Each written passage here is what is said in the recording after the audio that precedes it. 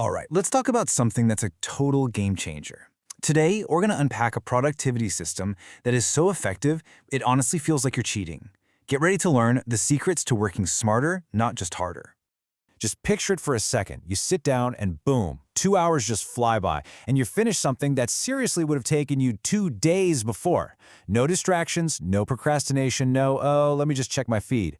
This is that deep focus, that elusive flow state we are all chasing.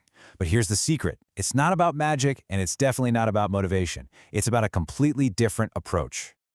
We've all been told the same thing forever. Just be more disciplined, use more willpower. That's the brute force method.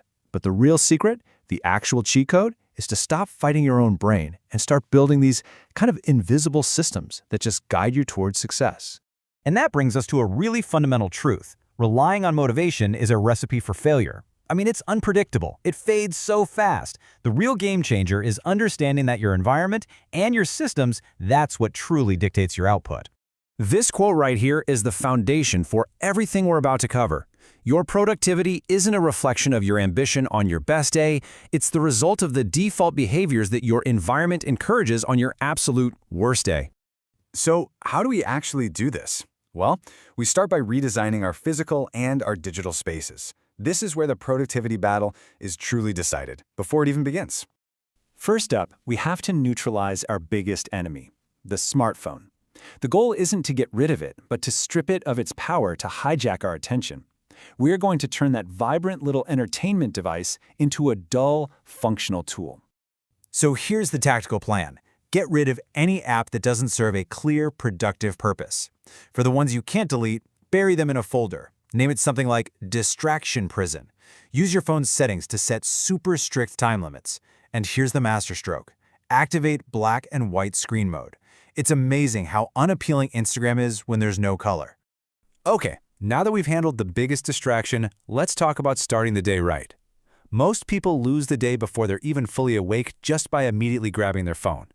This simple routine ensures you win the morning, which sets the tone for the entire day. And the sequence here is absolutely crucial. First, resist the phone. Let your brain wake up on its own terms. Then hydrate. Next, get your body moving, even just 5 minutes of stretching. And finally, define your mission. Writing down 3 key tasks tells your brain, okay, today we are winning. All right, so with our environment and our morning primed, it's time to structure our focus. This is how we enter that deep work state, the productivity matrix, where we can just dodge distractions and get real, meaningful work done. So the core unit of this whole structure is the 90-minute deep work block. Look, multitasking is a myth. It's just a way to do multiple things really poorly. True progress happens in these uninterrupted, single-minded sprints. And the execution is so simple. Pick one and only one task. Set a timer for 90 minutes. This is your sacred time. Headphones on, notifications off. When that timer sounds, you have to stop. Get up, hydrate, celebrate the win, and then you can repeat the cycle. Now, to make these work blocks even more effective throughout the week, we need to get rid of decision fatigue. This is where theming your days comes in. Instead of asking, what should I do now? The decision is already made for you.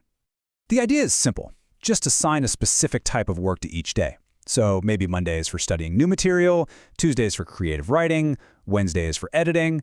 You stop context switching and you start batching similar tasks, which lets your brain stay in a consistent mode all day long. Okay, now let's get into some of the psychological cheat codes. We can actually train our brains to enter a state of focus automatically, just like building muscle memory for a sport. This is kind of like Pavlovian conditioning, but for productivity. By consistently using the same cues before a deep work session, you signal to your brain that it's go time.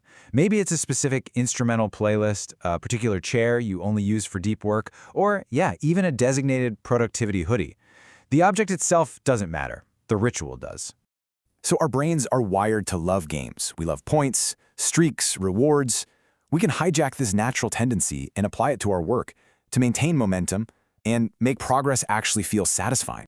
And a simple way to do this is with a streak tracker. Give yourself a point for every 90-minute block you complete.